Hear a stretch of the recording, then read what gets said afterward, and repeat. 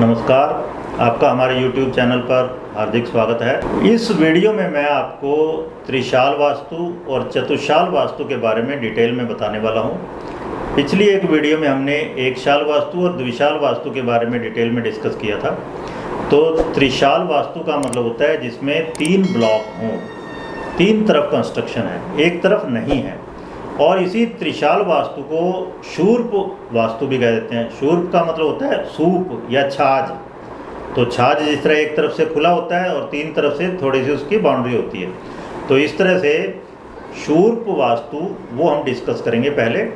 तो शूर्प आकार में घर में 3 मुख्य भवन होते हैं, 3 ब्लॉक्स होते हैं, 3 कंस्ट्रक्शंस होती हैं। तो अब इसमें भी 4 कैटेगरीज हैं, तो वो हम डिस्कस करते हैं। तो जब ये 3 भवन पूर्व में है, दक्षिण में है और पश्चिम में है, मतलब उत्तर में कोई निर्माण नहीं है, उत्तर कुबेर की या सोम की दिशा जिसे कहते हैं वो खाली है, तो इसको हिरण्य वास्तु कहते हैं। मतलब जब कंस्ट्रक्शन ईस्ट में है, साउथ में है, वेस्ट में है, नॉर्थ खुला है, नॉर्थ में कोई कंस्ट्रक्शन नहीं है, तो इसको कहते हैं हिरण्य वास्तु।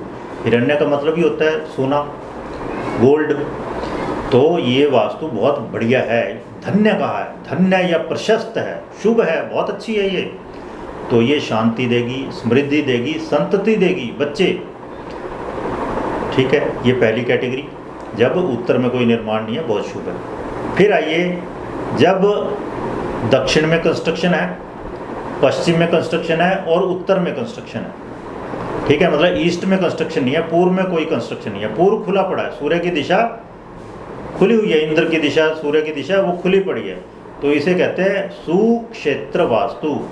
मतलब अच्छा क्षेत्र, अच्छी जगह, सुक्षेत्र वास्तु।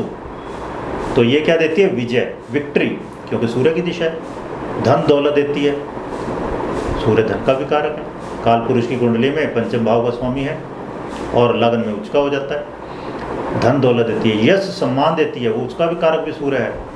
सूर्य, इंद्र, इन बातों के कारक है। इंद्र को कहा गया कि वो सोने की तरह तेजस्वी है। पुत्र संतान देती है, सूर्य पंचमेश है फिर कुंडली में, संतान भाव। और आयु देती है। शूर्प वास्तु है जिसमें पूर्व खुला है, बाकी 3 तरफ कंस्ट्रक्शन है, 3 ब्लॉक हैं। तो ये सब चीज़ें जो मैंने बताई इनमें वृद्धि करेगी और दुख और व्याकुलता कम करती है। मन भटकता नहीं है, तो मन भटकाव का विनाश करती है ये, तो ये बहुत शुभ है। फिर आइए, वास्तु का एक ग्रंथ मिलता है वास्तु मंडनम, फिर मत्स्य पुराण और बृहत संहिता, ये सब बताते हैं कि जब 3 भवन पश्चिम में है, उत्तर में है और पूर्व में है, मतलब दक्षिण में कोई निर्माण नहीं है, दक्षिण खाली पड़ा है, यम की दिशा खाली पड़ी है, तो उसको कहते हैं वो चुल्ली त्रिशाल वास्तु। जब दक्षिण में कोई कंस्ट्रक्शन ना हो तो इसे चुल्ली त्रिशाल वास्तु कहा जाता है। और ऐसी जगह अगर रहोगे तो कुल वंश का नाश, मतलब आगे संतान नहीं होगी और हर तरह की बीमारियां हो सकती हैं, भय रहता है, डर और धन नाश होता रहता है। यम की दिशा खुल गई। चौथे मामले में क्या है? जब ये 3 भवन पश्चिम में निर्माण ना हो, मतलब उत्तर में निर्माण है, पूर्व में निर्माण है, दक्षिण में भी निर्माण है, पश्चिम में नहीं है, पश्चिम खुल गया, तो इसको कहते हैं पक्षघन त्रिशाल वास्तु। पक्ष मतलब अब ये दायां पक्ष है, बायां पक्ष है, पक्ष कट गया, उसका एक हिस्सा कट गया, पक्षघन त्रिशाल वास्तु। तो क्या होगा? मित्र और सगे संबंधियों का नाश होगा, पुत्र संतान का नाश होगा, वैर पैदा होगा, तो ये भी नहीं होनी चाहिए। और इससे बहुत अलग अलग तरह के भय पैदा होते हैं। तो अब हमने 4 कैटेगरी डिस्कस की। 4 कैटेगरी में क्या था? जब उत्तर की तरफ कोई निर्माण नहीं है, मतलब उत्तर खुला हो, बाकी 3 दिशा में कंस्ट्रक्शन है, बहुत बढ़िया।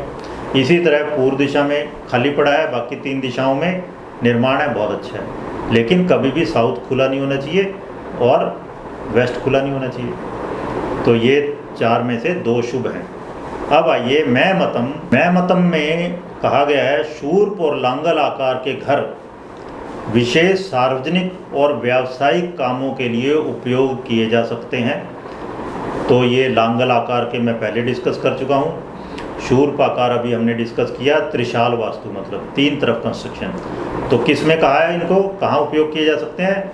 शूर्पम उग्रोपजीवी नाम, उग्र उपजीवी मतलब ऐसे व्यक्तियों के लिए बहुत बढ़िया है शूरपाकार, जो कि लड़ाई झगड़ा, हिंसा, शारीरिक क्रियाकलाप या फिर जिस तरह एक्सरसाइज है, फाइटिंग है, तलवारबाजी है, बॉक्सिंग है, फ्री स्टाइल बॉक्सिंग, इन सब कामों के लिए बहुत बढ़िया है ये।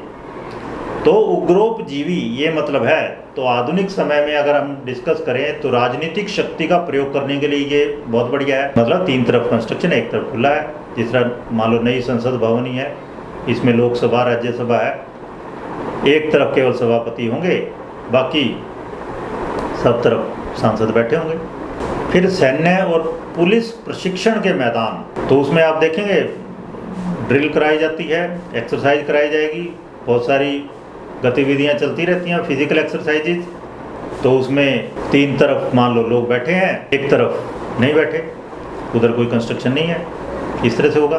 बहुत शारीरिक दमखम की जहाँ ज़रूरत है, ऐसे खेल जिस तरह भाला फेंकना है, डिस्कस थ्रो है, हैमर थ्रो है, शॉट पुट है, तो इन सब कामों के लिए बहुत बढ़िया है ये शेप। तो त्रिशाल वास्तु मैंने बताया आपको, उग्रोपजीवी, ऐसे लोग जो अपनी उग्रता को काम में लाते हैं, उन सब के लिए बढ़िया है। अब आइए, एक होता है चतुशाल वास्तु, मतलब चारों तरफ जब कंस्ट्रक्शन है, चारों तरफ जब कंस्ट्रक्शन है, इसको कहते हैं चतुशाल वास्तु या सर्वतोभद्र वास्तु, सब प्रकार से शुभ। ये सब प्रकार से शुभ है जब चारों दिशाओं में आपने कंस्ट्रक्शन कर दी, मतलब चारों तरफ, लेकिन खाली जगह भी छोड़ दी जिसे पैशाच स्थान कहते हैं, और बीच में खाली जगह छोड़ दी जिसे ब्रह्म स्थान कहते हैं। तो मान लो कोई हाउसिंग सोसाइटी है, उनके पास इतना फंड नहीं है, एक ब्लॉक बनाना है, तो पहले क्या करेंगे, साउथ में बना लीजिए, तो उत्तर खुला छूट गया।